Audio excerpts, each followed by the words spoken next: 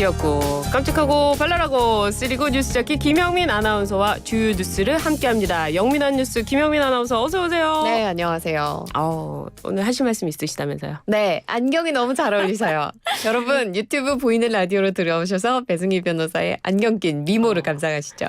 제가 이 렌즈 삽입술을 하려고 네. 안경을 끼기 시작했는데 이렇게 되면 어떻게 안경을 계속 끼고 다녀야 아니 되는 제가 겁니까? 오프닝에서 무슨 말 하려고 그랬냐면요. 네. 포브스가 선정한 안경이 잘 어울리는 앵커 1위 이렇게 하려고 했는데 네, 밖에서 알겠습니다. PD님이 먼저 칭찬을 하시는 그러네요. 바람에 네. 빼앗겼습니다. 제가 얼굴을 가리고 다니도록 하겠습니다. 앞으로는 마스크까지 쓰도록 그런 의미가 하겠습니다. 아니었는데. 네, 유튜브 실시간 많이 들어와 주시고요. 우리 김영민 아나운서와 함께하는 주요 뉴스. 오늘은요. 총선이 끝난 지 한 달이 넘었잖아요. 네. 그런데 국민의힘에서는 이 총선 백서 특위 활동을 두고 엇갈린 목소리가 나오고 있다고 하는데 어떤 소식입니까? 네, 국민의힘 총선 백서 특별위원회가 네. 4월 10일 총선 패배의 원인을 따져보고 있죠. 그런데 이 백서 특위 당 안팎에서 이 백서의 한동훈 전 위원장 책임론을 실어야 한다 이런 네. 주장들이 나오면서 이게 당내 논쟁으로 불거진 겁니다. 그래요.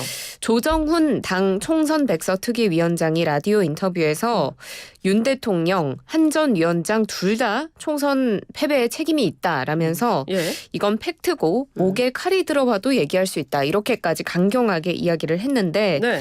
또 반면에 친한계 일각에서는 이 조 위원장 본인이 당권 도전을 하기 위해서 네. 이렇게 한 전 위원장을 의도적으로 겨냥하는 거 아니냐 이렇게 반발한 겁니다.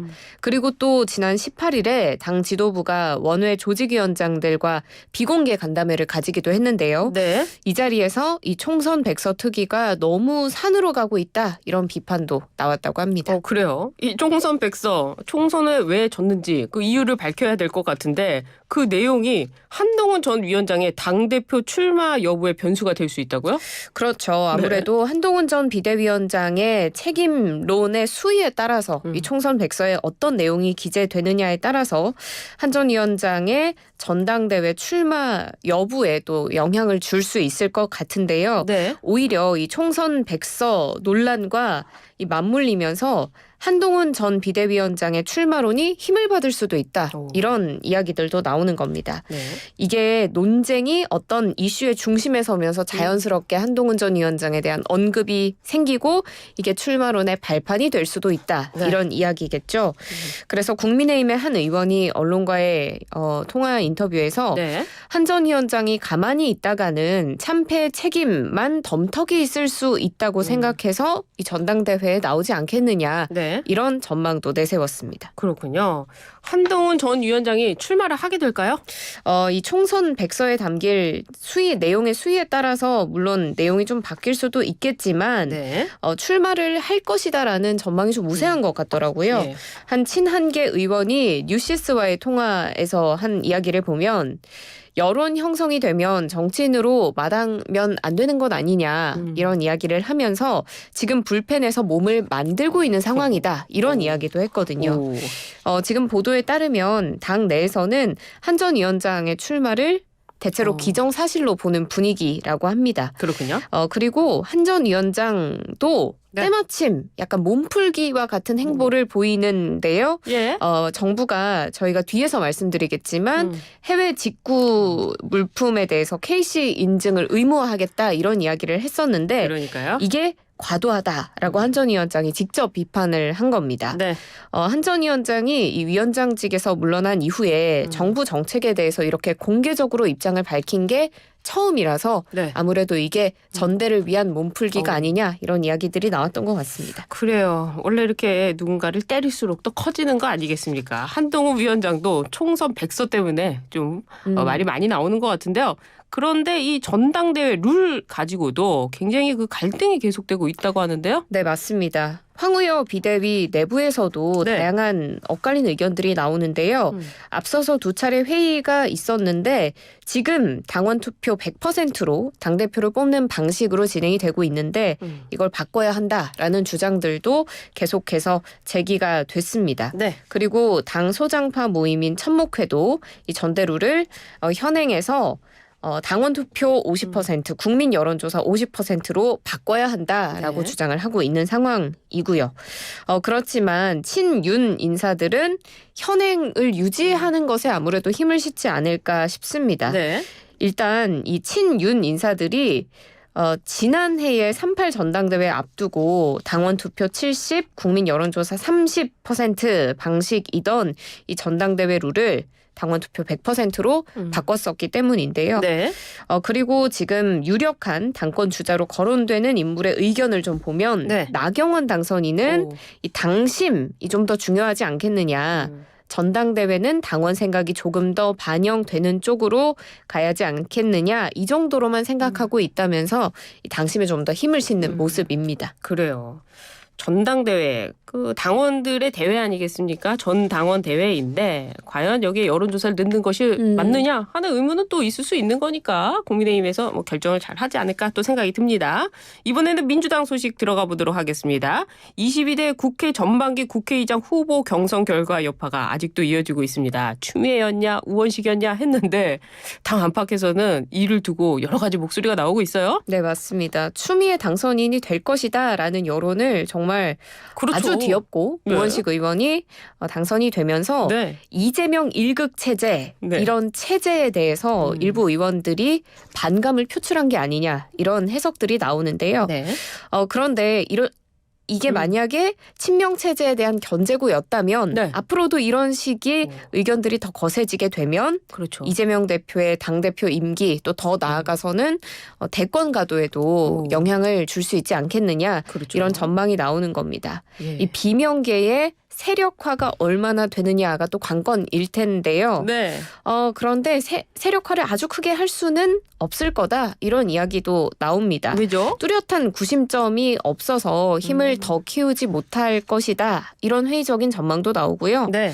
그리고 이번 국회의장 후보 경선이 음. 사실 명심 경쟁이기도 했잖아요. 네. 그래서 이 대표의 리더십과는 관계없는 결과다. 이런 이야기도 있고요. 네. 그리고 이 대표만큼 경쟁력 있는 후보자가 없다. 이런 의견도 있어서 여러 의견들이 나오고 있습니다. 그렇군요. 이제 곧 있을 노무현 전 대통령 추도식에 또 비명계가 한자리에 모일 예정이라고 하는데요. 네, 이거 맞습니다. 어떻게 되는 겁니까 또? 세력화의 불씨가 될 수도 있다. 이런 이야기들 나오는데요. 네. 오는 23일에 노무현 전 대통령의 15주기 추도식이 열리고 여기에 비명계 인사들이 총 집결합니다. 네. 영국에서 유학 중인 김경수 전 경남지사도 참석하고요. 임종석 전 대통령 비서실장, 김부겸 전 국무총리, 박용진 의원 등 비명계 의원들은 물론 또 이재명 대표 22대 총선 당선인 조국혁신당 당선인들도 예. 다양하게 참석을 합니다. 이 김경수 전 경남도지사 추도식 참석을 위해서 영국에서 어제 귀국했는데요. 예. 이 귀국길에 기자들이 또 가서 질문을 했겠죠. 했죠. 친문계 구심적 역할에 대한 기대가 있는데 네. 어떠냐 이런 질문을 하자 일시 방문한 입장에서 한국의 현실 정치에 대해서 언급하는 건 적절치 않다라고 네. 좀 거리를 뒀고요. 그렇지만 김 전 지사는 이번에 귀국을 한 김에 평산마을에 있는 문재인 전 대통령도 예방할 예정입니다. 그렇군요. 김경수 전 경남지사 방문이 어떤지는 또 듣고 보도록 하고요. 이런 가운데 이재명 대표는 전체를 생각해야 된다. 이런 목소리를 냈어요. 네, 맞습니다. 어제 대전 컨벤션 센터에서 당원 컨퍼런스가 열렸는데요. 예. 서로 생각이 맞지 않더라도 하나의 거대한 목표를 위해서 작은 차이를 이겨내고 나아가야 한다. 이런 이야기를 하면서 최근에 당에 대해서 섭섭해하는 당원들, 아파하는 당원들 꽤 있겠지만 네. 언제나 전체를 생각해야 된다. 이런 이야기를 한 겁니다. 예. 지금 국회의장 후보 경선에서 추미애 당선인이 패배를 하자 또 일부 당원들이 여기에 반발을 하면서 네. 이제 탈당 의사까지 내비치기도 했는데 이런 갈등이 격화되는 상황을 염두에 두고 이런 발언을 한 게 아닐까 싶습니다. 그렇군요. 국민의힘 민주당 소식까지 알아봤고요. 이번에 대통령실 소식입니다. 대통령실에서요, 의대 증원 문제가 어느 정도 해소된 걸로 보고 있다고 하는데요. 각 대학에도 학칙 개정을 완료해달라 이런 요청을 했다고요? 네, 맞습니다. 대통령실 고위 관계자는 최근에 법원의 결정을 통해서 네. 이런 것들이 어느 정도 해소가 된 걸로 판단을 하고 있는데요. 장상윤 대통령실 사회수석이 어제 브리핑 열었습니다. 이번 법원의 판단과 관련해서 귀추를 주목하면서 불안한 마음으로 대학 입시를 준비해온 수험생과 학부모의 불확실성이 해소돼서 다행이다. 네. 이런 이야기를 했습니다. 그러면서 각 대학을 향해서는 의대 정원 학칙 개정 조속히 완료해달라고 했는데요. 법적인 불확실성이 사실상 제거가 됐기 때문에 네. 관련 절차를 빠르게 마무리하겠다는 의지로 읽힙니다. 대통령실과 의료계 대화를 하게 되는 겁니까? 어떻게 됩니까? 네, 일단 대통령실 고위 관계자는 이탈 전공의들의 행정 처분 이행 여부에 대해서 네. 전공의들의 행동 변화 여부에 달려 있다 이런 이야기를 하기도 했는데 네. 장상윤 사회수석이 어제 브리핑에서 한 이야기를 보면 정부와의 대화의 자리 언제든지 열려 있다라고 했습니다. 다양하게 열린 마음으로 대화에 나설 용의가 있다고 하면서 어떠한 전제 조건 없이 우선 만나자고 손을 내밀었습니다. 네. 그렇지만 의료계 반발은 여전한데요. 네. 전공의들 복귀하지 않겠다는 뜻 여전히 분명히 하고 있고 네. 대한의사협회도 오는 22일에 비공개 긴급회의 열고 구체적인 대응 수단을 또 논의한다고 합니다. 네. 이면택 대한의사협회장이 훨씬 더 강력한 수단을 써야겠다 이렇게 이야기를 한 만큼 여전히 강경 대응책을 논의할 걸로 보이고요. 네. 그리고 또 정부 대통령실이 이렇게 대화하자고 손을 내민 데 대해서 임 회장이 어젯밤에 자신의 소셜미디어에 글을 올렸습니다. 네. 윤석열 대통령께 국민들 모두에게 공명정대하게 공개되는 1대1 생방송 토론을 요청드린다. 이런 이야기도 했습니다. 그렇군요. 이 대화를 하겠다는 겁니까? 안 하겠다는 겁니까? 이런 가운데 의대 교수 측 변호인이 전공의를 비판했다면서요. 네, 맞습니다. 정부를 상대로 집행정지를 낸 이 교수와 교수와 의대생들의 네. 법률 대리인이었던 이병철 변호사가 기자들에게 보낸 메시지였는데요. 전공의 너희들이 법리를 세우기 위해서 뭘 했느냐. 수많은 시민이 법원에 낸 탄원서 하나 낸 적 있느냐. 예. 이렇게 비판을 한 겁니다. 전공의들을 향해서 유령이냐라고까지 비난을 예. 하면서 아직도 전쟁 중이니 정신 차리고 투쟁하라. 그래야 너희들의 그 잘난 요구사항도 이루어질 것이다. 라고 강도 높게 비판했습니다. 그러게 말입니다. 이번에는 정부가 또 그 해외 직구 제한하겠다고 밝혔다가 사흘 만에 철회했다고 하는데요. 이거 어떤 소식입니까? 네, 지난주에 정부가 13세 이하 아동용 장난감 80개 품목에 대해서 KC 인증이 있어야지만 해외 직구가 가능하다 이런 이야기를 했는데요. 네.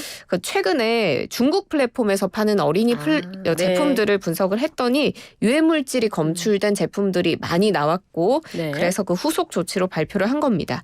그런데 과도한 정책이라는 지적이 또 일자 정부가 어제 브리핑을 열고 전면 차단 사실이 아니고 일부 제품만 차단할 예정이라고 이야기를 한 겁니다. 그러게 말입니다. 오늘 또 주요 뉴스 쭉 살펴봤는데요. 역시 깔끔한 김영민 아나운서였어요. 감사합니다. 감사합니다.